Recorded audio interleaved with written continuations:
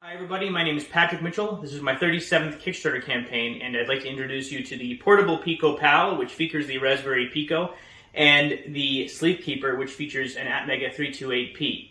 They are two very similar units from a hardware perspective, but were designed for very different reasons. The Pico Pal was designed as an expansion board to learn MicroPython using Thonny, and the Sleep Keeper was designed more as a data logger, which is primarily used to log data with its onboard 5 sensors, along with sleep interruption capability.